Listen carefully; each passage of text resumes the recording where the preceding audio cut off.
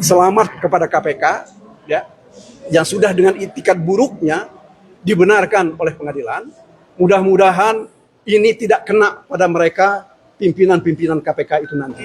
Ya, saya kira kita mesti menyampaikan terima kasih kepada hakim yang sudah memutus perkara ini dengan membenarkan sikap dari KPK yang mencoba menggugurkan permohonan pra peradilan kami. Ya. Jadi artinya apa yang saya mau sampaikan adalah bahwa pengadilan pun sudah mengesahkan bahwa permohonan pra peradilan kami gugur dengan tindakan KPK yang menurut hemat kami dilakukan dengan cara-cara akal-akalan dan cara-cara yang tidak menurut hukum. Artinya apa? Ya, kita sesalkan bahwa hal ini bisa terjadi. Karena ini akan bukan hanya sekedar permulaan bagi pengadilan dan juga bagi aparat penegak hukum yang lain, bagaimana membatalkan satu perkara kalau pihak yang menjadi tersangka itu melakukan perlawanan. Ya. Ini satu berita buruk di dalam penegakan hukum kita. Ya. Ini berita yang seharusnya tidak terjadi oleh aparat penegak hukum yang menyebut diri berintegritas. Ya.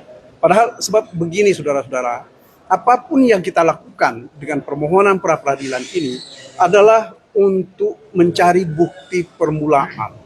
Apakah memang sah atau tidak penetapan seseorang menjadi tersangka. Nah, ketika permohonan ini digugurkan karena alasan formal bahwa ada tindakan dari KPK yang melimpahkan berkas perkara, sebenarnya yang dilakukan adalah mengesahkan tindakan-tindakan buruk dari KPK ini.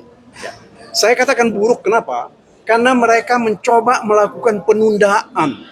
Ya. Pertama mereka melakukan penundaan persidangan ketika dipanggil. Kemudian yang kedua, mereka juga melakukan tindakan-tindakan yang mengabaikan hak asasi dari Pak Hasto. Misalnya haknya beliau untuk menghadirkan saksi yang menguntungkan, yang diabaikan oleh KPK. Kemudian yang ketiga, mereka secara sengaja ya, melimpahkan berkas perkara 1 hari sesudah berkas perkara dan orang diserahkan oleh penyidik kepada penuntut umum.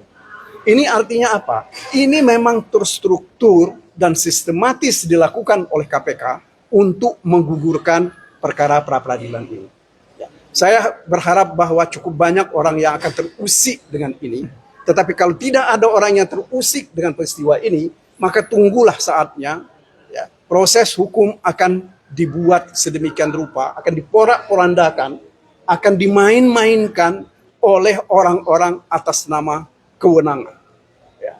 Padahal kewenangan itu tidak seperti itu. Sebab satu hal yang harus kita ingat betul. Hukum acara itu adalah untuk membatasi kewenangan penyidik yang hendak mereka lakukan. Bukan cara-cara seperti ini.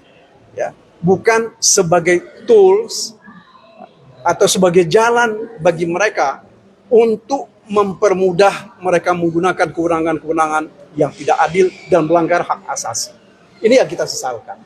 Jadi sekali lagi saya ingin menyampaikan selamat kepada KPK ya, yang sudah dengan itikat buruknya dibenarkan oleh pengadilan. Mudah-mudahan ini tidak kena pada mereka pimpinan-pimpinan KPK itu nanti. Saya kira begitu yang saya sampaikan. Terima kasih atas perhatian kawan-kawan.